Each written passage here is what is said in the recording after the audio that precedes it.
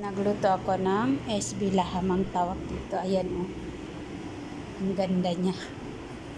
Tignan nyo naman guys. Tapos ayan pa yung iba o. Ayan. Papakita ko sa inyo yung aking ginawa. Saglit lang. Ayan guys. Ang laman niya to guys. Cheese.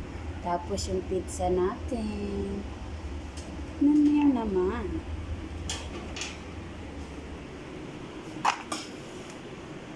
Yan guys, yung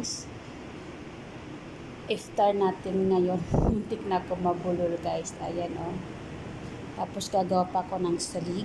Tapos pool. Tapos surba. Tignan nyo naman.